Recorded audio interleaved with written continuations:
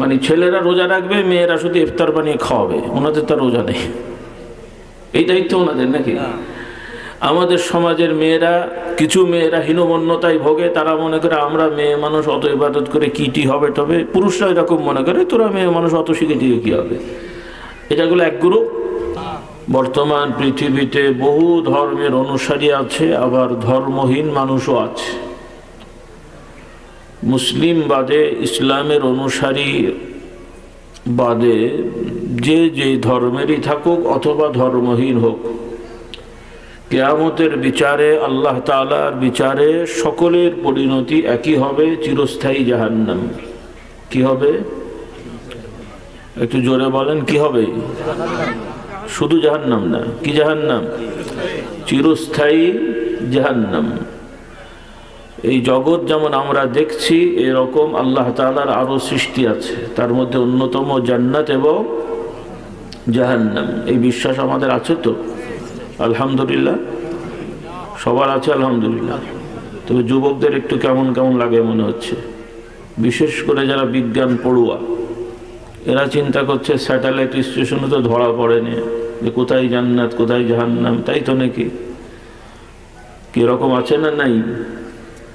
খুঁজলে কিন্তু পাবেন, বেশি দূরে যাওয়া লাগবে না। এগুলো গ্রামগঞ্জে খুঁজে পাবেন না, এগুলো কলেজ ইউনিভার্সিটিতে পাবেন। কোথায় পাবেন? আমার কথা বুঝতে পারছেন?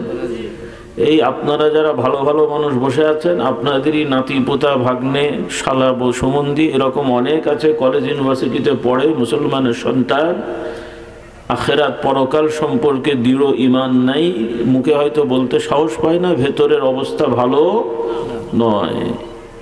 দোষ কার? এদের যেই অবস্থাগুলো হচ্ছে, কার দোষ ভাই? ভারতের নাকি? হ্যাঁ, আমেরিকার, রাশিয়ার? আল্লাহ তাআলা আমাদের হেদায়েত দান করুন। হেদায়েত আল্লাহ তাআলা দেবেন, কিন্তু আমাদের কিছু করণীয় আছে না নাই? রিজিক কে দান করেন? খাবার দাবার কে ব্যবস্থা করেন? তাহলে আপনারা ঘরে শুয়ে থাকবেন, চাষাবাদ করবেন না। কি বলেন? আল্লাহ রিজিক দেবে, আমরা চাষ করব কেন? তাই তো নাকি? জমি চাষ করা লাগবে কিনা? পানি দেওয়া লাগবে কিনা? অন্যান্য পরিচর্যা সবই লাগবে। তাহলে আর আল্লাহর কথা দরকার নেই নাকি? সবই যদি আমরা করি, তাহলে আল্লাহর প্রতি বিশ্বাস করে লাভ কি? ব্যাপার কি এরকম? তাহলে জমি জায়গা চাষ করতে হবে, পানি দিতে হবে, সার দিতে হবে, যা মানে নিয়মতান্ত্রিক যা আছে সবই করতে হবে, কিন্তু ভরসা হবে কার উপরে? ভরসা হবে আল্লাহ তাআলার প্রতি। কারণ এগুলো করেও চূড়ান্ত ফল পাওয়া যাবে? কেউ বলতে পারবেন আমি চাষ করলাম এত মন ফসল হবেই, নিশ্চিত বলা যাবে? তাহলে ওইটার ভরসা হতে হবে আল্লাহর প্রতি।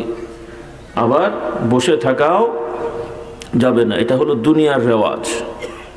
হ্যাঁ, জান্নাতে যাওয়ার পরে খাওয়ার জন্য চাষও করা লাগবে না, কেউ কারো চাকরিও করা লাগবে না, শুধু মনে যা চাইবে তাই হাজির হয়ে যাবে। সুবহানাল্লাহ। এটা হলো জান্নাতের ব্যাপার। আল্লাহ তাআলা বলেন, ফিহা মা তাশতাহিহিল আনফুস ওয়া তালাজ্জুল আ'য়ুন।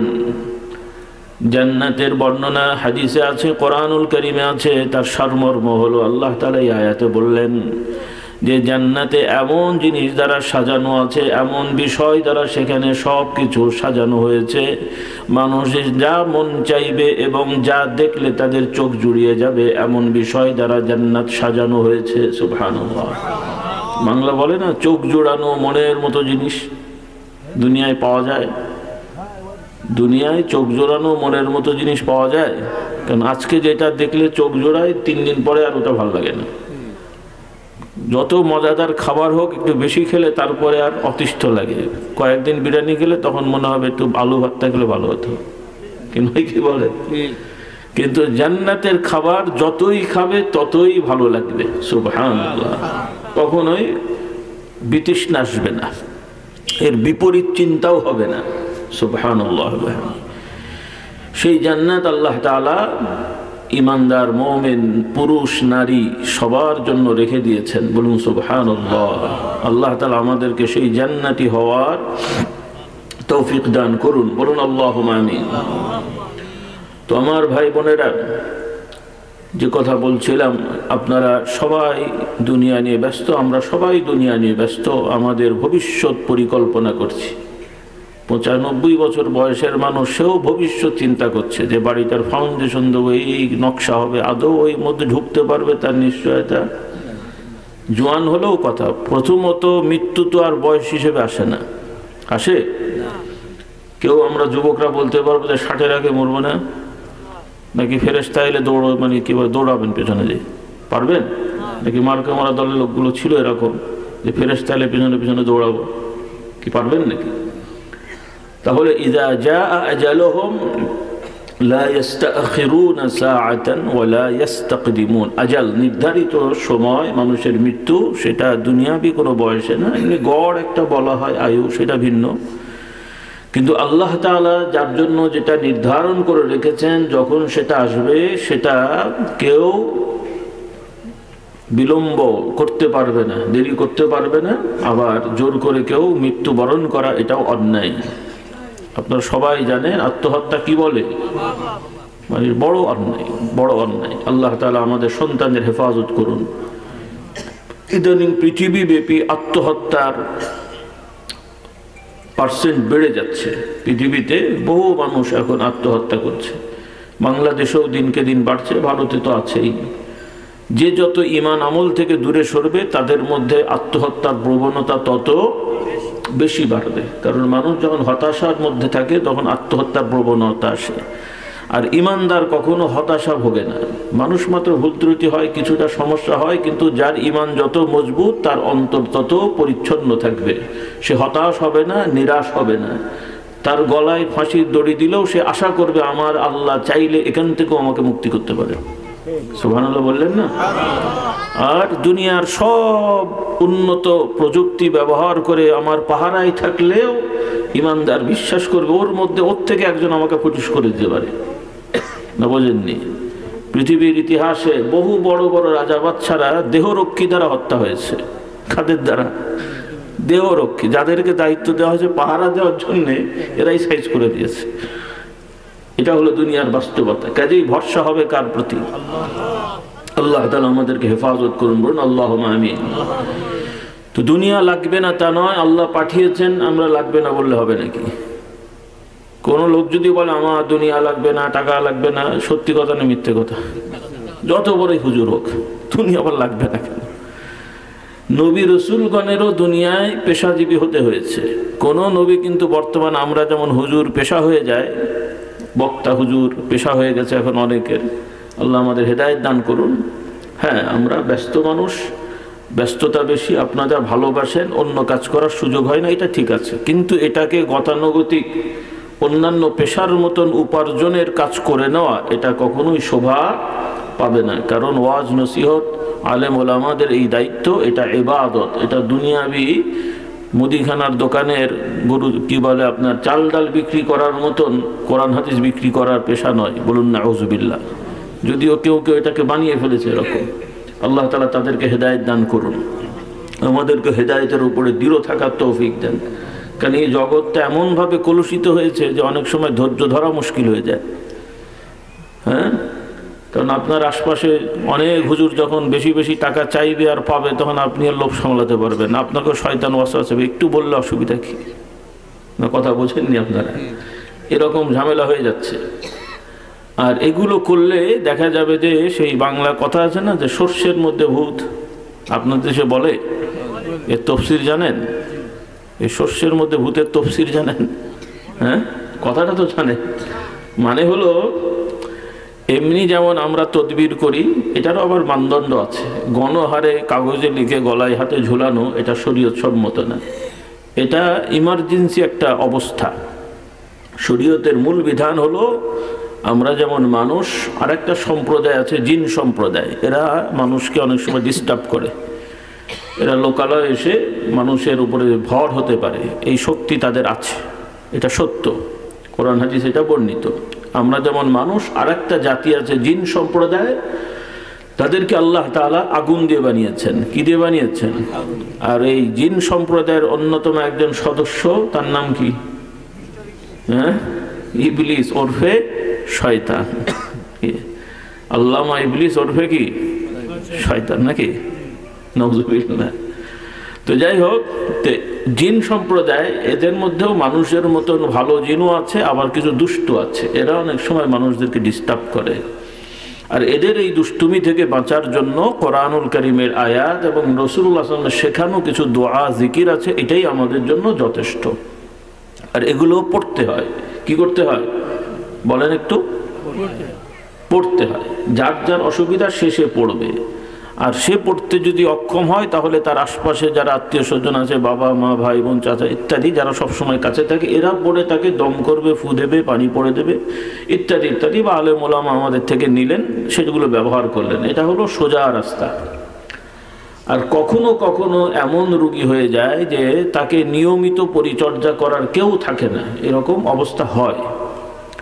সেই ক্ষেত্রে ওলামারা বিশেষ বিবেচনায় কোরআনের কিছু আয়াত এবং কিছু দোয়া লিখে তার গলায় বা হাতে দেওয়ার অনুমতি তারা দিয়েছেন, ইজতিহাদ করে, যে এটা ওজরের মশলা। কিসের মশলা? আমার কথা বোঝা যাচ্ছে? ওজরের মশলা মানে কি? পানি নেই অথবা আছে, পানি নেই, নামাজের সময় হয়েছে, কি করবেন? আচ্ছা, অথবা পানি আছে অল্প পরিমাণে, যে এই পানি দিয়ে অজু গোসল করে ফেললে পরবর্তীতে আবার কখন পানি পাওয়া যাবে নিশ্চয়তা নেই, এর মধ্যে পিপাসা লাগলে খাওয়া লাগবে, আর যদি পানি না থাকে তাহলে গলা শুকিয়ে কষ্ট হতে পারে বা ঝামেলা হতে পারে। তখন কি করবেন? তখনও তায়াম্মুম করবেন। কিন্তু পানি পর্যাপ্ত অথবা কোনো অসুস্থতা নেই, তায়াম্মুম করা যাবে না।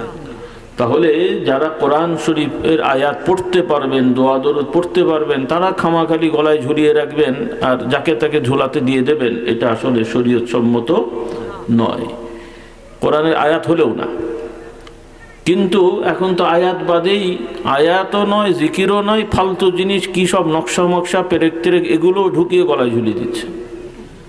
আল্লাহ এদেরকে হেদায়েত দান করুন। আমার একটা তথ্য এসছে, সত্য, আশা করি সত্য ঘটনা, মানে একজন বর্ণনা দিয়েছে, সেও মাদ্রাসায় পড়ুয়া মানুষ কোনো এক এলাকায়। তো সে এসে বলল যে তার এলাকায় কে যেন একটা এরকম মাদলি দিয়েছে, বড় মোটা বড় ধরনের। তো যে দিয়েছে তার ব্যাপারে ওর একটু সন্দেহ হয়েছে যে লোকটা আসলে তেমন কিছু জানে, ও কি দিল। তো যাকে দিয়েছে ওরা আবার পরিচিত, সে বলছে যে ভাই এসো তো তোমার মাদলিটা দাও, আমি তো দেখি তো কি আছে এর মধ্যে। তো সে খুলেছে, ওইটা খুলে দেখে একটা কাগজ, তার মধ্যে একটা পিন, আর কাগজে লেখা ইয়া ইবলিসু। কি লেখা বলেন না একটু? দেখেন অবস্থা, দেখেন একজন মুসলমান আবেগে গেছে তদবির নিতে, আর ও ইয়া ইবলিসু পেরেক ভরে ওর গলায় ঝুলিয়ে ছেড়ে দিয়েছে। মুসলমানের কাজ দেখেন। আল্লাহ তাআলা আমার হেদায়েত দান করুন। ইয়া আল্লাহ ইয়া রহমান লিখলেও তো তাও একটা সাইজ হতো, সেও না লিখেছে ইয়া ইবলিসু। এটা তদবির হলো? একটু কমন সেন্সকে প্রশ্ন করেন। আর যে লিখলো সেই বা কি লিখলো? মুসলমানের বাচ্চা। আল্লাহ আমাদেরকে হেদায়েত দান করুন। তো যাই হোক, কথা প্রসঙ্গে বেড়ে যাচ্ছে। তদবির দরকার, কারণ এটা আল্লাহ রাসূল সাল্লাল্লাহু আলাইহি ওয়াসাল্লাম শিখিয়েছেন। বলুন সুবহানাল্লাহ। এটাকে আরবিতে রুকিয়া বলা হয়। রুকিয়া রাসূলুল্লাহ সাল্লাল্লাহু আলাইহি ওয়াসাল্লাম বললেন, এটা আদিকাল থেকে হয়ে আসছে, যেটাকে ঝাড়ফুঁক বলে বাংলায়, ঝাড়ফুঁক। এটা আদিকাল থেকে হয়ে আসছে। রাসূলুল্লাহ সাল্লাল্লাহু আলাইহি ওয়াসাল্লাম সব নবীদের থেকে এটা প্রমাণিত। যেমন ঈসা আলাইহিস সালাম কোরআনে প্রমাণিত, তিনি ঝাড়ফুঁক করতেন না? কি ঝাড়ফুঁক করতেন কে বলতে পারবে? দেখি ওলামারা না, ওলামারা দেখি কে বল, যুবকরা বলো তো। ঈসা আলাইহিস সালাম ঝাড়ফুঁক করতেন কিরকম করে? হ্যাঁ, অসুস্থ ব্যক্তি বিভিন্ন ধরনের, তাদের গায়ে হাত বুলিয়ে দিলে আল্লাহ তাআলা ভালো করে দিতেন। সুবহানাল্লাহ বললেন। ওয়াতুবরিউল আকমাহা ওয়াল আবরাসা বিইذনি। কোরআনুল কারীমের আয়াত। সময় কম, আমি সংক্ষেপ করছি। এগুলো মুআজিজা। আল্লাহ তাআলা নবীদেরকে এই দায়িত্ব দিয়েছেন বা কি বলে, এই মর্যাদা দিয়েছেন, যাতে করে সাধারণ দুর্বল ইমানদার বা সাধারণ মানুষেরা তাদের কাছে এই ওসিলায় যে হেদায়েত পেয়ে যায়। বলুন সুবহানাল্লাহ।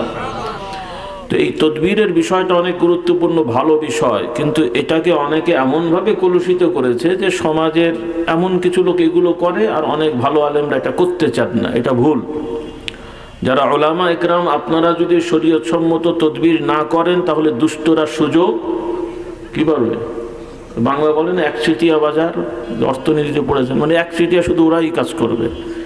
কাজেই ওলামাদের উচিত, এটা ব্যবসা না, আপনারা ব্যবসা হিসেবে করেন না, মানুষের খেদমত হিসেবে করেন, আর এটাকে খাটো করে দেখেন না। এটা নবীওয়ালা কাজ। কি কাজ? আল্লাহ রসুল সাল্লাল্লাহু আলাইহি ওয়াসাল্লাম ঝাড়ফুঁক দেন নাই। রাসূলুল্লাহ সাল্লাল্লাহু আলাইহি ওয়াসাল্লামের কাছে হযরত আলী এসছেন একদিন, চোখ উঠেছে, চোখটা বলে তো আপনাদের দেশে ওই যে ইয়ে হয়। আলী এসে বলছেন, ইয়া রাসূলুল্লাহ সাল্লাল্লাহু আলাইহি ওয়াসাল্লাম, আমার চোখ উঠেছে, কষ্ট পাচ্ছি, আমাকে একটু ঝাড়ফুঁকের ব্যবস্থা করে দেন। রাসূলুল্লাহ সাল্লাল্লাহু আলাইহি ওয়াসাল্লাম নিজের থুতু মুবারক একটু আঙ্গুলে নিয়ে তার চোখে লাগিয়ে দিলেন। হযরত আলী বলছেন, আল্লাহর নবীর থুতু লাগাতে দেরি হয়নি, আমার চোখ যেমনকার তেমন হয়ে গেছে। তাহলে এরকম তদবির আছে। তো এগুলো শরীয়ত সম্মতভাবে আমাদের করতে হবে। তবে কোরআনের আয়াত বাদ দিয়ে জিকির আজকার, মানে আল্লাহর সাহায্য বাদে অন্য কিছুর সাহায্য চেয়ে, অথবা এমন কিছু সংখ্যা লেখা যেটা অস্পষ্ট, এগুলো দিয়ে গলায় হাতে কখনোই কোনো মাদ্রি আমরা দেবো না। রাজি তো ইনশাল্লাহ? আর যারা অন্তত সূরা ফাতিহার ইখলাস ফালাক নাস পড়তে পারেন, আপনার আর কোনো তদবির দরকার নেই। সুবহানাল্লাহ বললেন। এই জন্য আমি একটা দিই না, সাধারণত ইমার্জেন্সি কেস সেটা ভিন্ন।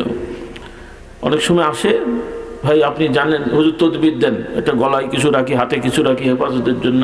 সূরা ফাতিহা পারেন? যে হুজুর পারি। ফালাক নাস পারে মাশাআল্লাহ। তাহলে আপনাকে আর গলায় ঝুলাতে হবে না, আপনি নিজেই তাবিজ। সুবহানাল্লাহ বলেন না? আপনি নিজে কি তাবিজ? আপনি ফাতিহা ইখলাস ফালাক নাস পড়ে নিজে গায়ে ফু দেবেন আর পানিতে পড়ে খাবেন। ওই মাদলির মধ্যে আয়াত দেওয়া হয়, আপনি নিজেই এখন মাদলি হয়ে গেছেন। শয়তান দেখলে এমনি পালাবে। বিশ্বাস হয়নি? তবে খাওয়াটা হালাল হতে হবে। উল্টো পাল্টা খেয়ে আর সুবহানাল্লাহ নাউজুবিল্লাহ পড়লে কি আর হয়? হ্যাঁ, আল্লাহ হেফাজত করেন, তবে জবানটা পবিত্র রাখতে হবে। রাজি আছি ইনশাআল্লাহ? মিথ্যে বলবো, গীবত করবো, হারাম খাবো। গ্রামের মানুষ বলছে আমরা হারাম খাই না, ব্যাংকে অ্যাকাউন্টও নেই, ঘুষও খাই না, শাকসবজি উৎপাদন করে খাই। কিন্তু ভালো করে খোঁজ নিয়ে দেখেন, বোনের জমি দখল করা সেটাতে হচ্ছে, বাকি থাকছে কি বুঝলেন? আপনার দেশে নেই মনে হয়। আবার কিছুদিন আমার হুজুরদের সাথে থেকে সুন্নত শিখে গেছে, লাল দস্তরখান, হাত দিয়ে বিসমিল্লাহ বলে খাওয়া, কিন্তু কদু কিন্তু ওই জমির। কি বুঝলেন? খুব হালাল হলো তো নাকি? এইগুলো, এই সমস্ত আমাদের সেনাবাহিনী, আর এদের নিয়ে আমরা রাস্তাঘাটে স্লোগান দিচ্ছি, কোরআনের আলো জ্বলবে। ব্যাটারি লুজ, ব্যাটারি না থাকলে লাইট জ্বলে? কথা তো সুন্দর, কিন্তু কোরআনের আলোটা কি রে ভাই? কোরআনের আলো হলো মুসলমান সত্যবাদী হবে, মুসলমান সৎ হবে, মুসলমান ন্যায়পরায়ণ হবে, মুসলমান আমানতদার হবে। সমাজে এই ধরনের মানুষ বাড়লে তো কোরআনের আলো জ্বলবে, নাকি শুধু সাইনবোর্ডে লেখা থাকবে? অফিস আদালতে যেমন কোরআনের আয়াত লেখা থাকে, এখনো তো বাংলাদেশে লেখা আছে। প্রধান উপদেষ্টা যেখানে বসে, ওর মাথার উপরে কলেমা শরীফ লেখা আছে। তার মানে কি বাংলাদেশ ফেরেশতা হয়ে গেছে? হ্যাঁ, এই যত নাস্তিক আছে এরাও তো মাঝে মাঝে দেখি টুপি মাথায় দিয়ে বসে থাকে। দেয় না? আল্লাহ হেদায়েত দান করুন। এই জন্যে যা কথা বেড়ে যাচ্ছে, আমি মূল কথায় আসি। তো আসল কথা হলো, ভরসা হবে কার প্রতি? আল্লাহর প্রতি। তো শস্যের মধ্যে ভূত মানে হলো, আমরা যেমন আয়াত তেলাওয়াত করে বা এগুলো দিয়ে তদবির করি, অন্যান্য ধর্মের লোকদের, তারা তো আর কোরআন হাদিস পড়ে না। তাদের তদবিরের একটা আছে হলো, ওরা কি সব পড়ে টরে ঝাড়ফুঁক দেয়, ওর মধ্যে সর্ষে ব্যবহার করে। কি ব্যবহার করে? সর্ষে পড়ে ওই যে রোগী আর কি, তার কি মানে হয়তো পিষে মালিশ করে না, কি সব করে টরে আর কি, যাই হোক, অথবা শুঙায় ইয়ের মধ্যে দিয়ে, এরকম কিছু একটা করে আর কি। তো এখন এক ওঝা অন্য ধর্মের, সনাতন বা অন্য ধর্মের, এসে ওই রোগীর সামনে আচ্ছা করে সব মন্ত্র পড়ছে, সর্ষে ফুটো দিয়ে অনেক কিছু করছে, কিন্তু সেই ঝামেলা যাই না। শেষ পর্যন্ত রেগে যে বলছে যে সর্ষের মধ্যে ভূত ঢুকেছে। কোথায় ঢুকেছে? আমাদের সর্ষের মধ্যে ভূত ঢুকে পড়েছে। তাই যাবে কোত্থেকে? আল্লাহ তাআলা আমাদের হেদায়েত দান করুন, বলুন আল্লাহুম্মা আমিন। তো যাই হোক, কথা বেড়ে যাচ্ছে। আমার ভাই বোনেরা, আমাদেরকে ভক্তি করেন, ভালোবাসেন আপনারা, যেহেতু আমাদের অত যোগ্যতা দায়িত্ব নেই। আমাদের পূর্বপুরুষেরা যখন এটা অখণ্ড ভারতের অংশ ছিল, কারণ এখন এটা বাংলাদেশ হলো, একসময় কি ছিল? ভারত ছিল, একই দেশ। আর সেই সময় তারা বিভিন্নভাবে কষ্ট করে গরুর গাড়িতে, তারপরে পায়ে হেঁটে, পালকি করে বিভিন্ন জায়গায় যে সফর করে কিছু মুসলমান হয়েছেন আগে, কিন্তু ইসলাম জানতো না, শুধু নামে জানতো মুসলমান, আর অপারেশন হয়েছে, আর কিছুই জানতো না, নামাজ নেই, কিছু নেই, ধুতি পড়া, ইমান আকিদার কিছুই জানতো না। আমাদের পূর্বপুরুষেরা আলহামদুলিল্লাহ বিভিন্ন জায়গায় যে মানুষকে বুঝিয়ে বুঝিয়ে দাওয়াত দিয়েছেন, কিছু শিখিয়েছেন, আর পার্মানেন্টলি শেখার ব্যবস্থা, মাদ্রাসার ব্যবস্থা করেছেন, বলি আলহামদুলিল্লাহ। এই কথাগুলোকে আমি বানিয়ে বলছি, এই বয়স্করা জানেন। যুবকরা এখন মাশাআল্লাহ নতুন নতুন মাদ্রাসা, স্কুল, কলেজ থেকে মনে করছো বুড়োরা কিছুই করেনি।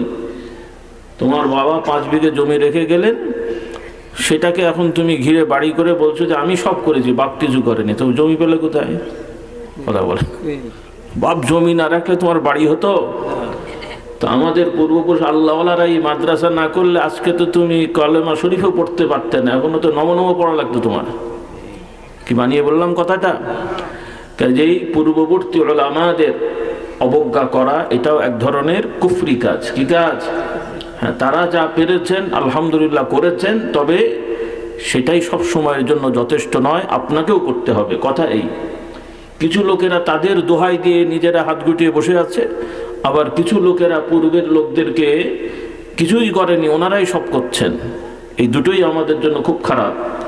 যে যা করেছেন তাকে শুকরিয়া আদায় করতে হবে, আর আপনার আমার বর্তমান দায়িত্ব পালন করে যেতে হবে। আল্লাহ তাআলা আমাদেরকে তৌফিক দান করুন। এজন্য অনেক জিনিস তখন সুযোগ হয়নি, করেননি, কিন্তু এখন আপনার সুযোগ হয়েছে, করতে হবে কিনা? এখন এই দেশ বাংলাদেশ, যখন ভারত ছিল তখন এই অঞ্চলের জনসংখ্যার কত ভাগ মুসলিম ছিল ভাই বলতে পারবেন কেউ? বয়স্করা 70-80 বছরের নাই কেউ? 2-1 জন জানা আছে? যখন এই বেলটা, যেটা খুলনা জেলা, এই বেলটা যখন ভারতের অংশ ছিল, তখন এই সমস্ত এলাকায় মুসলিমের সংখ্যা কত ছিল শেষের দিকে? ভারত তো প্রথম থেকে বললাম, মানে ব্রিটিশের শেষ সময়ে মনে করেন কত? হ্যাঁ, 7 কোটি বাংলাদেশ। না না, আমি বলছি কত সংখ্যা মুসলিম ছিল, না আমার বাংলা ভাষা বোঝেননি। আচ্ছা যা সোজা করে দিই, এখন বর্তমানে শতকরা আপনারা 90 জন মুসলমান বাংলাদেশের। কতজন? কোন এলাকায় কম বেশি, কোথাও হয়তো 95, কোথাও 85, কোথাও এরকম আছে। আমার যতটুকু ধারণা, তখন হয়তো হিসাব করলে দেখা যাবে যে 40, 50, 60 এরকম, আর তারও আগে গেলে দেখা যাবে 20, 22, 25%। যখন মুসলিমরা এই ভারতবর্ষ শাসন শুরু করে, তখন সাধারণ জনগণের মধ্যে মুসলিমদের সংখ্যা ছিল মাত্র 10 থেকে 8%। কথাটা বুঝেন কিন্তু। তো সেই সময়ে অন্যান্য দেশ থেকে মুসলমানরা এসে এই দেশ শাসন করেছে। কিভাবে সম্ভব হয়েছে? এবং তাও 1-2 দিন না, কত বছর মুসলিমরা শাসন করেছে? হ্যাঁ, এবার আপনারা এত ঠান্ডা পেয়ে গেলেন। মুসলিমরা ভারতবর্ষ কত বছর শাসন করেছিল? প্রায় 700 বছরের কাছাকাছি। কত বছর? 700 বছর। এবং তাদেরকে কিন্তু আঞ্চলিক কোনো গোষ্ঠী বিদ্রোহ করে তাদেরকে রাজতন্ত্র থেকে সরায়নি। ব্রিটিশরা এসে এই দেশ দখল করে তাদেরকে হটিয়েছে, মেরেছে, হত্যা করেছে। তার মানে কি বুঝলেন? যে মুসলমানরা জুলুম করেছে না ইনসাফ করেছে? কথাও বাজে না। আচ্ছা, জুলুম করলে 700 বছর থাকা যায়? আপনারাই তো বাস্তবে দেখলেন, ক বছর পরেই সাইজ হয়ে গেছে। কাজে জুলুম করে 700 বছর, 100 বছর তো দূরের কথা, ও বেশি দিন লাস্টিং করা যায় না, পাবলিক খেপে যায়। কিন্তু মুসলমানদের প্রতি পাবলিক খেপে নাই, সেটা হয়েছে অন্য দেশের দস্যুরা। এই যে ব্রিটিশের দস্যু, ব্রিটিশের কি বলেন? দস্যুরা এসে শাসন করে নাই, শোষণ করেছে। কি করেছে? শোষণ করেছে। আর কিন্তু আপনারা সেই ব্রিটিশের এখনো গোলামি করছেন, বলছেন স্বাধীন হয়েছেন, ঘোড়ার ডিম হয়েছেন। কিসের স্বাধীন হয়েছে? এখনো হুজুর পর্যন্ত কথা বলতে চিন্তা করে যে ব্রিটিশ কি বলবে, আমেরিকা কি বলবে, ও টয়লেটে গেলেও চিন্তা করে। কি রাগ করলেন নাকি আমার কথা? তো স্বাধীন হলেন নাকি? স্বাধীন মানে আপনি যা করবেন ড্যাম কেয়ার, আমি আমার দেশে আমি যা করবো, তোরা কি বলার আছে? এরকম লোক আছেন বাংলাদেশের? কোনো দল আছে বলতে পারবে যে আমরা আমাদের দেশে যা ইচ্ছা তাই করবো, ওরা কিছু বলার নেই? বলতে পারবে কোনো দল? সে পীর সাহেব হোক আর হুজুর হোক আর ইসলামী দল হোক, বলতে পারবে? রাগ করলেন আমার কথায়? তার মানে এখনো স্বাধীনতা অর্জন করতে পারেন নাই। আর স্বাধীনতা অর্জন করতে গেলে প্রথমে নিজেদের ঈমান আমল ঠিক করতে হবে। ওই ভাড়া করা ঈমান নিয়ে স্বাধীনতা অর্জন হয় না। আল্লাহ তাআলা আমাদের হেদায়েত দান করুন। এখন কিভাবে করবেন এই কথাগুলো বলে একটু আমি চলে যাব ইনশাআল্লাহ। এগুলো হবে না তা নয়, তবে আপনারা চেষ্টা করবেন। কিছু করে ফেলার দায়িত্ব আপনাদের না, আমাদেরও না, নবীরও নেই, তো আপনার হবে কোত্থেকে? আল্লাহর নবী সাল্লাল্লাহু আলাইহি সাল্লাম 23 বছরের 20 বছর ধরে বলা যায়, বা মোটামুটি 23 বছরের 20 বছর বা 21 বছর ধরে মক্কা শরীফে মূর্তি থাকা অবস্থায় কাবা শরীফকে সিজদা করেছে, কাবা শরীফকে কিবলা করে সিজদা করেছেন। তার মানে কি নবী ব্যর্থ? নবীর জীবদ্দশা। এরপরে রাসূলুল্লাহ সাল্লাল্লাহু আলাইহি সাল্লামের সময় মুসলিম রাষ্ট্র এত বড় ছিল না, অল্প একটা অংশ ছিল। এরপরে আবু বকর রাদিয়াল্লাহু আনহু 2 বছরে একটুখানি সম্প্রসারিত হয়েছে। হযরত ওমরের সময় মাশাআল্লাহ দীর্ঘ হয়েছে, কারণ উনি দীর্ঘ সময় শাসন পেয়েছেন। এরপরে আস্তে আস্তে বেড়েছে। তবে নবীর সমাজ যত ছোটই হোক সেটাই হলো আমাদের মডেল, বলুন সুবহানাল্লাহ। সেটাই হলো আমাদের মূল নীতি। এই জন্যে আপনারা মনে করবেন না যে অত সালের মধ্যে এই করে ফেলতে হবে। কোন সালের মধ্যে কিছু করার টার্গেট না, আমাদের টার্গেট হবে যার যেটা সাধ্য আছে আমার দায়িত্ব আমি পালন করে যাব। রাজি ইনশাআল্লাহ? আমাদের কিছু লোকের ভুল ধারণা আছে যে এত সালের মধ্যে এই করে ফেলতে হবে, তারপরে কি তুমি বেঁচে থাকবে না মরে যাবে? অতদিন বাঁচবে তার নিশ্চয়তা আছে না। কাজে এগুলো ভুল কথা। আমাদের দায়িত্ব খুব ভালো করে বোঝেন, পুরুষ নারী সবাইকে বলতে চাই, ইসলামকে শুধু পুরুষদের না কাদের? মানে ছেলেরা রোজা রাখবে, মেয়েরা শুধু ইফতার বানিয়ে খাওয়াবে, ওনাদের তার রোজা নেই, এই দায়িত্ব ওনাদের নাকি? আমাদের সমাজের মেয়েরা, কিছু মেয়েরা হীনমন্যতায় ভোগে, তারা মনে করে আমরা মেয়ে মানুষ অত ইবাদত করে কিটি হবে, তবে পুরুষরা এরকম মনে করে তোরা মেয়ে মানুষ অত শিখে টিকে কি হবে। এটাগুলো এক গ্রুপ। আর আরেক গ্রুপ, এখন আধুনিক গ্রুপ আসছে, এনারা চিন্তা করছেন আমরা মেয়ে হয়েছি তো কি হয়েছে, ছেলে মেয়ে সব সমান, ছেলেরাও যাও করবে আমরাও তাই করব। এখন ওনারা দাবি দাবা নিয়ে রাস্তায়ও যায়, রাজনীতি করার জন্য পদেও যায়, এরপরে রাস্তায় যে কর্মসূচিতে মিছিল মিটিংও করে, এরপরে আবার মাঝে মাঝে পরিস্থিতি ঝামেলা হলে পুলিশ আবার ধাওয়া করে এবং সাইজও করে, করে না করে না? তখন আবার প্রেস কনফারেন্সে যে বলে আমরা মেয়ে মানুষ, মায়ের জাতি, আমাদের এই করলো সেই করলো, তখন সমান অধিকার থাকে না। মার খাওয়ার সময় কি বৈষম্য করা যায় নাকি? সমান যেহেতু আছে, মার তো সমানই হওয়া উচিত। কথা বলেন। প্রশ্ন হলো যে এগুলো কি মহিলাদের কাজ? আমার মা বোনেরা, স্কুল কলেজের শিক্ষার্থী মেয়েরা, তোমরা আপনারাও পুরুষরা, কারণ পুরুষরা এদেরকে উস্কে দেয়, তো কারণ এদেরকে তো এগুলো শেখাচ্ছে পুরুষেরা, এরা কিন্তু নিজেদের থেকে বলেন এগুলো, কারণ পুরুষরা আসলে শেখায় এদেরকে, এটা পুরুষদের স্বার্থে, নারীদের স্বার্থে না। তারা এই শয়তানি করার জন্য, সোজা বাংলা, আর বলার দরকার নেই। প্রথমত আল্লাহ রাব্বুল আলামিন পুরুষ নারী সবাইকে সৃষ্টি করেছেন, পুরুষকে এক ধরনের দায়িত্ব দিয়েছেন, নারীকে আর এক রকমের দায়িত্ব দিয়েছেন। কিছু দায়িত্ব কমন আছে, সেখানে পুরুষ নারী সব কাজ সমানভাবে করবে এই ধারণা করে মুসলিম সমাজে মুসলমানদের হওয়া দরকার নাই বা হওয়া উচিত না। এটা আপনাদের খেয়াল করতে হবে। তবে আল্লাহ রাব্বুল আলামিন নারী পুরুষ সবার জন্য যে বিধানগুলো দিয়েছেন, সেই বিধানগুলো পুরুষ নারী সবাইকে যথাযথভাবে শিখতে হবে, জানতে হবে এবং মানতে হবে, তাহলেই সমাজে শান্তি আসবে ইনশাআল্লাহ। আল্লাহ তাআলা আমাদের সবাইকে তৌফিক দেন, বলুন আল্লাহুম্মা আমিন। তো আমার ভাই বোনেরা, কথা প্রসঙ্গে যেটা বলতে চাচ্ছিলাম, মূল কথায় আমরা আসি যে আমরা সবাই মুমিন মুসলিম দাবি করছি, কিন্তু বাস্তবে আমরা যদি আমাদের দিকে তাকাই, আমরা দেখতে পাবো যে আল্লাহর নবীর আদর্শের একটা বড় অংশ আমাদের থেকে হারিয়ে গেছে, বা আমরা সেগুলো মানছি না, শিখছিও না। না শিখলে আর মানবেন কোত্থেকে? শেখার দিক থেকেও আমাদের অনেক কমতি আছে। বাংলাদেশের এত শতকরা 90% মানুষ মুসলমান হলেও দিন শেখার হার হচ্ছে শতকরা 10-12%। যারা মাদ্রাসায় পড়ে, কয় ভাগ হলো? মোটামুটি একটা জরিপে পাওয়া গেছে, মোটামুটি বেসিক যারা পড়াশোনা করে শতকরা 10% মতন, আর বাকি সবই হলো এই গতানুগতিক পড়াশোনা করে। আর যারা মাদ্রাসায় পড়ে না, তারাও দিন শেখার হার খুবই কম। এই মসজিদে যে হয়তো একটু খুতবা শুনে, মাঝে মাঝে ওয়াজ মাহফিলে একটু যায়, আবার ওয়াজ মাহফিলও তো যথাযথ ওয়াজও অনেক জায়গায় হয় না, যার কারণে ওখান থেকেও ভালো কিছু তেমন শেখার ব্যবস্থা থাকে না।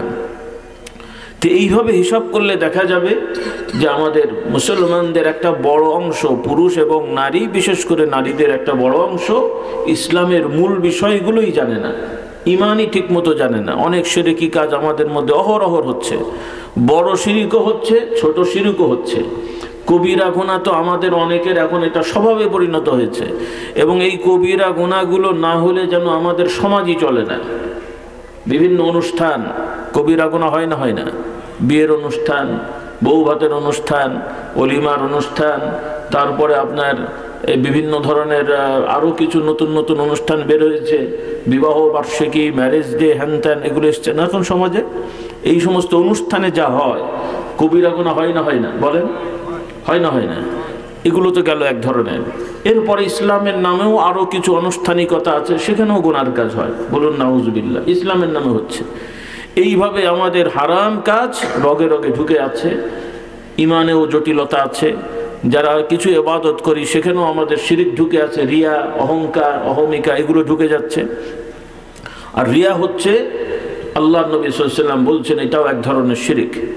রাসূলুল্লাহ সাল্লাল্লাহু আলাইহি ওয়াসাল্লাম বলেন, আমি তোমাদের প্রতি ভয় পাই যে তোমরা ছোট ছোট শিরিকে লিপ্ত হয়ে যাবে। প্রশ্ন করা হলো, ইয়া রাসূলুল্লাহ সাল্লাল্লাহু আলাইহি ওয়াসাল্লাম, ছোট ছোট শিরিক কি? শিরিক শব্দ তো আপনারা সবাই জানেন, শিরিকের বাংলা কি? হ্যাঁ, একটু বলেন তো, শিরিকের বাংলা কি? শরিক। শরিকও আরবি বা বাংলা হয়েছে, আরেকটা কি বাংলা বলা যায়? অংশীদার।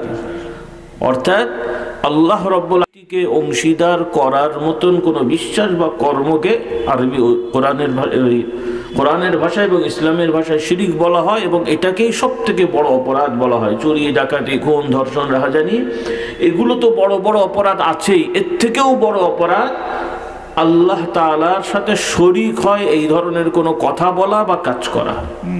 আল্লাহ তাআলা আমাদের হেফাজত করুন। এগুলো আমাদের সমাজে অনেক হচ্ছে। কি হুজুর আর কি খেজুর, বলেন দেখি। আমাদের হুজুরদের হচ্ছে, আমরা বক্তা সাহেবেরা বক্তব্য দিতে যে শয়তান ওয়াসওয়াসা দেয়, মনে আমার চিন্তা হয় যে আমি এমন ওয়াজ করব লোক খুশি হয়ে যাবে, আমার দাওয়াত বেড়ে যাবে। এটাও শিরিক। এটাও কি শিরিক? কারণ ওয়াজ হবে কার সন্তুষ্টির জন্য? লোক শুনুক আর না শুনুক। হ্যাঁ, আমার ভালো কথা আমি বলবো, কিন্তু লোককে খুশি করার জন্য আপনার লেভেল নামিয়ে কোরআন হাদিস বাদ দিয়ে ফালতু কথা, গল্প টল্প বলছেন কেন? যেন লোক বসে থাকে। আচ্ছা, গল্প বলে লোক বসিয়ে আমার লাভ কি? কি লাভ? হ্যাঁ, আমি চিন্তা করলাম কোরআন হাদিসের কথা বললে 1 ঘন্টা লোক বসবে না, কারণ কথাগুলো একটু কাটা কাটা হবে, একটু আগ্রহ কমে যাবে।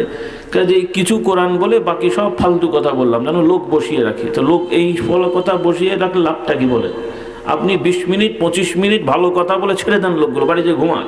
কিন্তু ফালতু কথা বলে 2 ঘন্টা ধরে রাখলাম, ওই যা ভালো বলেছেন ও কিন্তু সব চলে গেছে, ও আর মাথার মধ্যে নাই। তাহলে ই করে লাভটা কি আপনার? আমাদের রুচি নাই, রুচি নষ্ট হয়ে গেছে। তো হুজুরের যদি রুচি নষ্ট হয়ে যায় তো আপনাদের কি হবে বলেন দেখি? আমরাই চাচ্ছি যেন লোক বসে থাকে আমার কথা শুনে, তো আমার 2.5 ঘন্টা লোক বসিয়ে আমার লাভটা কি? এই কমন সেন্সটা আমাদের হারিয়ে গেছে। কারণ আমার দায়িত্বটা কি? আমাদের দায়িত্ব হলো মানুষের কাছে হক কথাটা পৌঁছে দেওয়া। হেদায়েতকে দান করবেন, হেদায়েতকে দান করবেন, নাকি আমরা আপনাদেরকে সবাইকে জান্নাতে ঘাড়ে করে নিয়ে চলে যাবো? এই দায়িত্ব দেওয়া হচ্ছে? নবীরাও তো পারেননি, করেননি, আল্লাহ তাআলা দেননি তাদেরকে দায়িত্ব। তো যাই হোক, খোলাসা কথা হলো, আমার ভাই বোনেরা, মা বোনেরাও শুনছেন, পুরুষ নারী সবাইকে বলছি, আপনাদের অনুরোধ করব, এখন একটা সুযোগ হয়েছে বাংলাদেশে, বলি আলহামদুলিল্লাহ। তবে এই সুযোগটা হাতছাড়া করা যাবে না। কারণ আপনারা যদি অবহেলা করে বসে থাকেন তাহলে কিন্তু আবার সুযোগ হাতছাড়া হয়ে যাবে, আবার জটিলতা চলে আসতে পারে। নাউজুবিল্লাহ, আল্লাহ না করুন। এখন এই সুযোগে যেটা আপনাদের করতে হবে, আগেও সুযোগ ছিল না তা নয়, আপনারা হীনমন্যতায় ভুগেছেন, কাজ করেননি, কিন্তু এখন আরও সুযোগ হয়েছে। সেটা হলো আমাদের ছেলে এবং মেয়ে সবাইকে পরিপূর্ণ ইসলাম শেখানোর ব্যবস্থা করতে হবে। রাজি তো ইনশাআল্লাহ? বলেন ইনশাআল্লাহ। শুধু মাদ্রাসা থেকে দিন শিখবে তা নয়, শুধু মসজিদ থেকে দিন শিখবে তা নয়, আমাদের প্রত্যেকটা ছেলে মেয়ে এই প্রচলিত বিদ্যালয় থেকেও দিন শিখতে হবে। কি রাজি ইনশাআল্লাহ? কথাও বলছে না, বলেন ইনশাআল্লাহ। কি পদ্ধতি হবে? দাওয়াতি কাজ করতে হবে। কি কাজ? উলামারাও নেমে যান। রাস্তাঘাট থেকে শুধু লোক ধরে মসজিদে আনলে হবে না, আমাদের চেষ্টা করতে হবে আমরা প্রাইমারি স্কুলে যাব, হাই স্কুলে যাব, টিম করে আলেম ওলামা মুফতি সাহেবেরা অনুমতি নিয়ে হেড স্যারের কাছে যান যে আমরা সপ্তাহে 1 দিন 2 দিন আসবো, আমাদের একটু সুযোগ দেবেন যে ক্লাসের পরে বা আগে বা টিফিনের সময় আমরা একটু ছেলেদেরকে নামাজের দাওয়াত দেবো। কি অসম্ভব কাজ? না, অসম্ভব কাজ। ওখানেই আমরা বদনা টদনা নিয়ে বালতি নিয়ে যাব, বাচ্চাদের একসাথে করে 2-3 গ্রুপ হয়ে আমরা অজু শেখাবো, নামাজ শেখাবো। কি অসম্ভব কাজ? এরপরে আগে পরে 20 মিনিট একটু সময় দেন স্যাররা, আমরা একটু বাচ্চাদের একটু দিন শেখাবো যে বাবা ঈমান এই, কলেমা এই, ইসলামের মূলনীতি এই। কঠিন কাজ? এই কাজগুলো আমাদের করা দরকার। বলি ইনশাআল্লাহ। আল্লাহ তাআলা আমাদের তৌফিক দান করুন। কারণ ফাউন্ডেশন থেকে যদি না হয় রে ভাই, 35 বছরের লোককে ধরে ধরে তখন নামাজ শেখাচ্ছেন, তো এত বছর কি হলো রে বাবা? তো আমাদের এই 7-8-10 বছরের ছেলেগুলোকে ধরে ধরে ঈমান নামাজ শেখাতে হবে, উৎসাহ দিয়ে। কোনো রকমের ফালতু কাজ করা যাবে না। আবার কিছু হুজুরদের মাথা গরম আছে, 1-2 বার বলেছি, না হয় দেখা চাটি মেরে দিয়েছে, ও আরেক বিপদ রে বাবা, তখন তো আবার মামলা হয়ে যাবে। কথা বুঝলেন কিনা? এজন্য দাওয়াতি কাজ করতে হবে। রাজি ইনশাআল্লাহ বলেন? শুধু এই ওয়াজ মাহফিল দিয়ে কি হবে? এটা এখন আপনারা শুনছেন, কটা লোক শুনছেন, আর কতটুকু কথা আমি বলতে পারবো আপনারা মনে রাখতে পারবেন। এগুলোও লাগবে, এগুলোকে অবহেলা করা যাবে না। কিন্তু এক বাহিনী দিয়ে হবে না। বাংলাদেশের কি এক বাহিনী না কয়েক বাহিনী? সেনাবাহিনী, নৌবাহিনী, তারপরে বিমান বাহিনী, আবার সবগুলো মিলে আবার র্যাব করা হয়েছে, এরপরে আবার গোয়েন্দা বিভাগ, তাও আবার 3-4 গ্রুপ, তারপরও রাষ্ট্র সোজা রাখা যায় না। কি বুঝলেন? কাজেই দাওয়াতি কাজ সর্বমুখী হতে হবে। বাচ্চাদের, যুবকদের, মেয়েদের সর্বক্ষেত্রে আলেম ওলামা এবং যারা দিন বোঝেন, কোন রকমের দুনিয়াবি স্বার্থ ছাড়া আল্লাহর সন্তুষ্টির জন্য আখিরাতের উদ্দেশ্যে দাওয়াতি কাজ করব। রাজি আছি ইনশাআল্লাহ? আল্লাহ তাআলা আমাদের সবাইকে তৌফিক দান করুন। তো আজকে যারা অন্তত শুনছেন, আমার মায়েরা, ভাইরা, এখন থেকে প্রতিজ্ঞা করে নেন ইনশাআল্লাহ আমরা কোরআন শরীফ সহি শুদ্ধ করে শিখে ফেলবো। বলি ইনশাআল্লাহ। অন্তত আলহামদু সূরা থেকে নিয়ে 7-8টা 5টা সূরা একদম ঠোঁটস্থ মুখস্থ করে ফেলবো, সহি শুদ্ধ করে, যেন ইমামতি করার যোগ্যতা রাখি। বলি ইনশাআল্লাহ। আর ইমাম সাহেবরা ভয় পেন না, আপনাদের চাকরি ঠিক থাকবে ইনশাআল্লাহ। কারণ আমাদের নেতাদের যে অবস্থা, একটু শিখে ফেলে পরে দেখা যাবে ইমামকে সরিয়ে উনি দাঁড়িয়ে পড়েছে, ইমামকে আর দরকার নেই, আমি পড়াচ্ছি, সে হলে তার এক বিপদ আর কি। তো যাই হোক, এজন্যে এই বিষয়গুলো মহিলারাও সহি শুদ্ধ করে শিখবেন। কারণ এখন আলহামদুলিল্লাহ সুযোগ হয়েছে। একটা সময় ভাই এই এত সুযোগ ছিল না। মা বোনদের মধ্যে এখন আলেমওয়ালা কিছু হয়েছে, কিছু দাওরা পাস, কিছু কামেল পাস, বিভিন্ন পাস মহিলারাও এখন হয়েছে আলহামদুলিল্লাহ। এজন্য আপনাদের উচিত হবে মেয়েদেরকে পর্দার সহিত বিভিন্ন জায়গায় তাদেরকে অন্তত ট্রেনিংটা দিয়ে দেওয়া, অন্তত সহি শুদ্ধ করে তেলাওয়াত শেখুক, ইমানটা। আর ইমানের জন্য আলহামদুলিল্লাহ আমরা চেষ্টা করেছি। ফুরফুরার ইতিহাস সম্পর্কে জেনেছেন তো। এখন আলহামদুলিল্লাহ আমরা বাংলাদেশে আছি, আমি নিজে এবং আমাদের কিছু অংশ ভারতে যাওয়া আসা হচ্ছে। যেহেতু আমার দাদাজান হুজুরের নাম শুনেছেন, ফুরফুরার বড় হুজুর রহমতুল্লাহ আলাইহি, তিনি সেই পূর্ব পাকিস্তানের সময় বাংলাদেশে ঢাকা দারুস সালামে জায়গা কিনেছেন এবং পাবনা পাকশিতে কিনেছেন। সেই সুবাদে এখানে আমরা সেটেল হয়েছি আলহামদুলিল্লাহ। ভারতে যাওয়া হয় জন্য আপনারা এখন ঢাকার যাতায়াত ভালো, যারা ঢাকায় যান দারুস সালাম, ওখানে আমাদের দরবার আছে ফুরফুরার মতনই। এবারে পাবনাতে পাকশিতে দরবার আছে ফুরফুরার মতন আলহামদুলিল্লাহ। মাহফিলগুলোতে যাবেন, আর এছাড়াও ভালো ভালো জায়গায় যাবেন, আমাদের কোনো আপত্তি নেই। কোনো ভালো আলেমের কাছে গেলে আমাদের কোনো আপত্তি নেই, বলি আলহামদুলিল্লাহ। কিন্তু কোনো ফালতু লোকের কাছে যাবেন না। কথাই বলে, উর্দু একটা কথা বলে, নিম হাকিম খাতরায় যান, নিম মোল্লা খাতরায় ইমান। মানে ভেজাল চিকিৎসকের কাছে গেলে জীবন নিয়ে টানাটানি, আর ভণ্ড হুজুর মোল্লার কাছে গেলে ইমান নিয়ে টানাটানি। কোনটা বড় ক্ষতির? কোনটা? জান তো এমনিও যাবে, সেমনিও যাবে। ও হার্ট অ্যাটাক করে মরেন আর হার্ট অ্যাটাক ছাড়া মরেন। ডাক্তার সাহেব আছেন 2-1 এখানে, আমার এক বন্ধু ডাক্তার আছে। তো আমি একদিন প্রশ্ন করলাম, ভাই যে মারা যায় তার তো হার্ট বন্ধ হয় তারপরে মারা যায়, তো হার্ট অ্যাটাক করে মরা কি আর না অ্যাটাক করে মরা কি? উত্তর আর বেচারা দিতে পারেন, কথা বুঝতে পারেননি। মানে মৃত্যু কখন হয়? যখন আর ব্লাড সার্কুলেশন থাকে না আর ওই হার্টবিট পাওয়া যায় না, তখন বলে মৃত্যু হয়ে গেছে। তো যাই হোক, আল্লাহ তাআলা আমাদের হেদায়েত দেন, হেফাজত করুন, বলুন আল্লাহুম্মা আমিন। তো মূল কথা হলো, জীবন তো যাবেই, কিন্তু ইমানের উপরে থাকলে জীবন চলে গেলেও কোনো ব্যর্থতা নাই। কারণ আল্লাহ নবী বলেন, ইমানদার পরেজগার মানুষ যখন কবরে তাকে শোয়ানো হবে, ফেরেশতারা তাদেরকে প্রশ্ন করবেন, ফেরেশতাদের প্রশ্নের উত্তর ইমানদার দিয়ে ফেলবে। এরপরে ফেরেশতারা তাদের জন্য সুসংবাদ দিয়ে বলে যাবেন যে, হে আল্লাহর বান্দা, তুমি এখন এই কবরের মধ্যে নবদুলহার নতুন জামাইয়ের মতন বিশ্রামে থাকো। সুবহানাল্লাহ। হ্যাঁ, হাদিস এসছে যে কবরটা ইমানদারের জান্নাতের একটা টুকরা হবে, আর কাফের মুশরিকদের জন্য জাহান্নামের গর্ত হবে। আল্লাহ তাআলা আমাদেরকে জান্নাতি হওয়ার তৌফিক দান করুন, বলুন আল্লাহুম্মা আমিন। সেজন্যে আমার অনুরোধ ভাই বোনেরা, অন্তত বেসিক এই জিনিসগুলো আমাদের কিতাবগুলো আছে, দোয়ার পরে আপনারা এই গেটের কাছ থেকে নিতে পারবেন। ঈমান আকীদা শেখার জন্য ইসলামী আকীদা শিক্ষা, কারণ সব নবী রাসূলরা সর্বপ্রথম ঈমান শিখিয়েছেন। আর এই কলেমাটাও সর্বপ্রথম, এই যে আমরা জিকির আজকার করে ঈমান শেখানোর জন্য। কিন্তু শয়তান এমন শয়তান যে আমাদেরকে ওই কলেমা পড়িয়ে এখন শিরক করাচ্ছে। কি পড়িয়ে? কারণ আপনাদের দেশের অনেক লোকের আছে জিকিরের নামে হু হা করে বেশ কিছু দরবারে যায়, মানত নিয়ত করে গরু ছাগল নিয়ে ওই সমস্ত দরবারে যায় যে বাবার আশীর্বাদে সব হয়ে যায়। আছে না নাই? মুখে কিন্তু বলছে লা ইলাহা ইল্লাল্লাহ, আর গরু ছাগল নিয়ে দরবারে যাচ্ছে। তো পড়লো কি আর করলো কি? কথা বলে না। পড়লেন কি আর করলেন কি? মুখে বললেন লা ইলাহা ইল্লাল্লাহ। তো লা ইলাহা ইল্লাল্লাহ যদি সত্যি আমার অন্তরে থাকে, তো এই গরু ছাগল নিয়ে আবার মাজারে যাওয়ার দরকারটা কি হলো? কারণ কলেমা শরীফের অর্থটা কি? যে আল্লাহ ছাড়া সত্যিকার অর্থে আর কোনো উপাস্য নেই। আমার রোগ হয়েছে, ব্যাধি হয়েছে, সমস্যা হয়েছে, সন্তান হয়নি, কে দেবেন? তাহলে মাজারে কেন?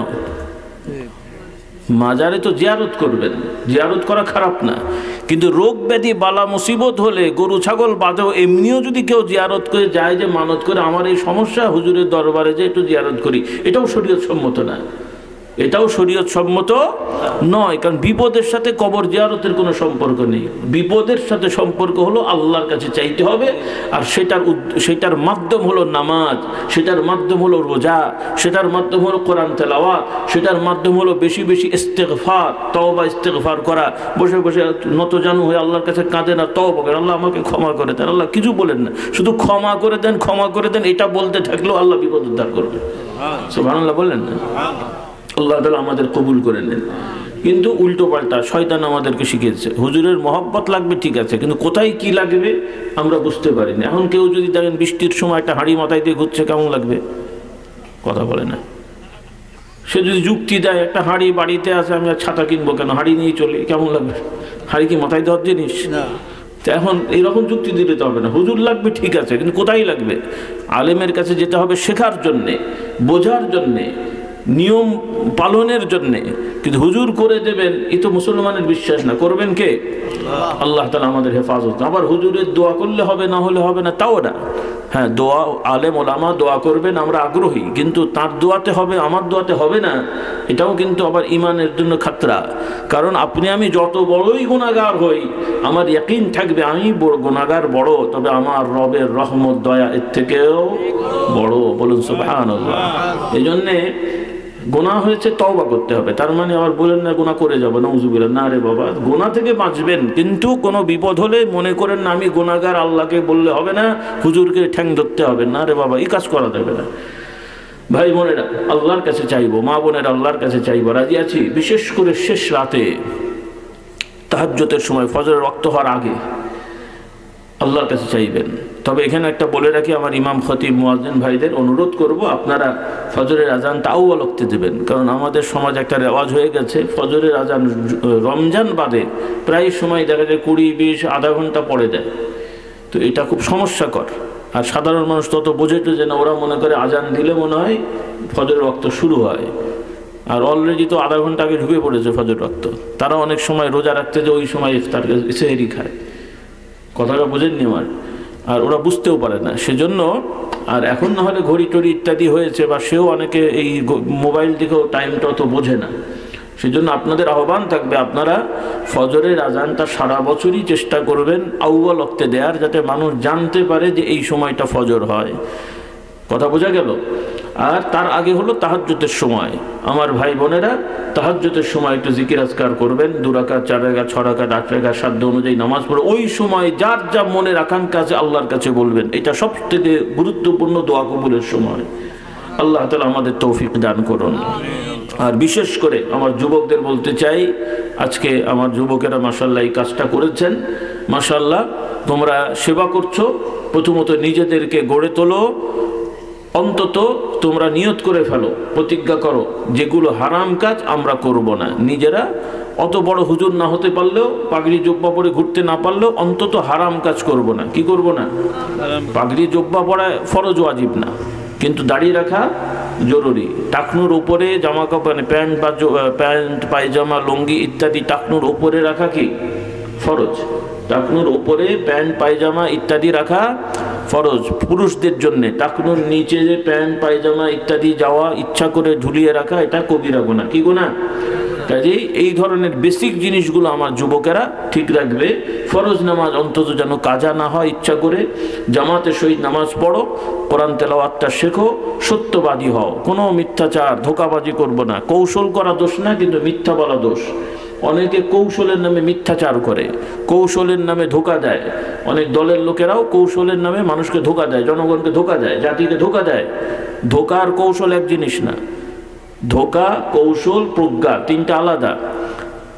ধোঁকা দেওয়া হারাম, আর কৌশল বৈধ। প্রজ্ঞার সহিত মানুষের সাথে সিদ্ধান্ত দেওয়া এটা জরুরি। আল্লাহ নবী রসুলকে আল্লাহ তাআলা বলেছেন, আল্লাহ নবীকে, যে তোমরা হিকমতের সহিত মানুষকে দাওয়াত দাও। হিকমত মানে কৌশল না, হিকমত হলো প্রজ্ঞা, জ্ঞান, বিদ্যা, মানে কি বলে আপনার যথাযথ অবস্থানকে বুঝে সেই অনুযায়ী মানুষকে দাওয়াত দাও। এটাও দাওয়াতের একটা বড় কি বলে আপনার নিয়ম। আল্লাহ তাআলা আমাদের সবাইকে তৌফিক দান করুন।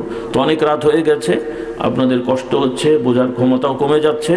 বিক্ষিপ্ত আকারে যা বলেছি আর কথা বাড়িয়ে কষ্ট দেবো না। আমার যুবকদের প্রতি আহ্বান থাকবে, তোমরা খুব ভালো কাজ করছো, এই ভালো কাজ আরও অগ্রসর হওয়ার চেষ্টা করবে। আমি অলরেডি পরামর্শ দিয়েছি, এই যুবকেরা অত্র এলাকা কেন্দ্রিক শুরু করে আশপাশে প্রতি বছরই যারা ক্লাস 10-এ উঠছে অথবা ইন্টারমিডিয়েট এইচএসসিতে উঠছে বা পাশ করছে, এই ধরনের ছেলে মেয়েদের লিস্ট করে করে কিছু ফান্ড করে তাদেরকে কিছু দিনই বই পুস্তক তাদেরকে দেয়া, উপহার দেয়া। অন্তত যেন আমাদের যুবক প্রজন্মটা তাদের 20-25 বছর হওয়ার ভেতরেই, মানে আমাদের এখন থেকে যাদের বয়স 12, 13, 14, 16, এরাই যদি মোটামুটি আগামী 10-12 বছরের ভেতরে একটা বড় অংশ ভালো ঈমান আকীদাময় হয়ে যায়, তাহলে অটোমেটিকলি দেশের পরিবর্তন হবে না? হবে না বাবা? অটোমেটিক হবে। এখন গোড়া ঠিক না করে আগা নিয়ে টানাটানি করলে হবে নাকি ভাই? গোড়াটাকে ঠিক করেন, আমার এই যুবকদেরকে ঠিক করেন, ফাউন্ডেশনটা ঠিক করেন, ঈমান আকীদা ঠিক করেন। না হলে শুধুমাত্র ফাঁকা মাঠে ওয়াজ মাহফিলে ফতোয়া দিই কাফেরু ফাসেকু জাহান্নামী এগুলো বলে তুলে তোমার সুরা হবে না। আমাদের মূল জায়গায় যেতে হবে। মূল ময়লা আবর্জনা সাফ করে পানি পরিষ্কার করেন। এখন ইঁদুর পচা কুয়ার মধ্যে রেখে শুধু পানি ফেলছেন, সাফ হবে? তো এই জন্য জিনিসগুলো আমাদের খেয়াল রাখতে হবে, গোড়া থেকে আমরা চাই। এবং এক্ষেত্রে সকল দল মতকে একাকার হয়ে যেতে হবে। যে যেই দল জাগতিকভাবে আছে সবাইকে বলতে হবে, ভাই দল আপনি যাই করেন, আপনি তো মুসলমান, তো ইসলামের কাজ আমরা করব। এখানে কোনো আপত্তি আছে ভাই? যে দলেরই হোক, কেউ শুয়োর খায়, কথা বলে না। মুসলমানের সন্তান একটা অন্য দল করে, মনে করেন ইসলামী দল না নন ইসলামী দল করে, কিন্তু মুসলমানের সন্তান শুয়োর খায়? কেন খায় না? আচ্ছা, শুয়োর খায় না হারাম, তা সুদ কি হলো? সেটা কেন খাচ্ছে? তাহলে ও বুঝতে পারছে না শুয়োর আর সুদের তফাৎটা কি। ওকে বোঝাতে হবে শুয়োর যেমন হারাম, তার থেকেও জঘন্য হারাম কি সুদ। বিড়ি সিগারেটও ওই রকম হারাম। এই বুঝটা তাকে দিতে হবে। এরপরে আন্তর্জাতিক যে ঝামেলা আছে সুদভিত্তিক অর্থনীতি, সেটার বিকল্প আমরা তাদেরকে শেখাতে হবে যে না, এরা সুদি কারবার করে এই করে, আমরা সুদবিহীন ব্যাংকিং করে অর্থ ব্যবস্থায় এভাবে আমরা ব্যবসা করবো, এতে আল্লাহ বরকত দেবেন। বলুন সুবহানাল্লাহ। এই প্র্যাকটিক্যাল না দেখালে শুধু ওই মুখে বলে বলে গেলে ওরা মনে করে হুজুরদের বলতে হয় বলুক, আমাদের করতে হয় করি, সেভাবে তার হবে না। রাস্তা দেখাতে হবে। তো যাই হোক, অনেক বেশি কথা বলে ফেলেছি। যা বলেছি বিক্ষিপ্ত আকারে, আল্লাহ তাআলার কাছে ক্ষমা চাই ভুল ত্রুটির জন্য। হক কথাগুলো মেনে চলার তৌফিক দেন। আমার দোষ দিয়েন না, আমি বহু আগে থেকেই সিরিয়ালে অপেক্ষা করছি, সিরিয়াল আর পাচ্ছি না। আপনাদের মাশাআল্লাহ বহু হুজুর, তো সিরিয়াল পাচ্ছি না। তো এখন যাও পেলাম, এখন কিছুক্ষণ পর আরও বললে তো আমি একাই বসে থাকতে হয় কিনা সেই চিন্তা করছি। এই জন্য আর খামাখালি অত ঝামেলায় যাওয়ার দরকার নেই। মুসাফির হালতে আছি, আপনাদেরকে সাথে নিয়ে একটু দোয়া করি। এই অত্র এলাকার যত কবরবাসীরা আছেন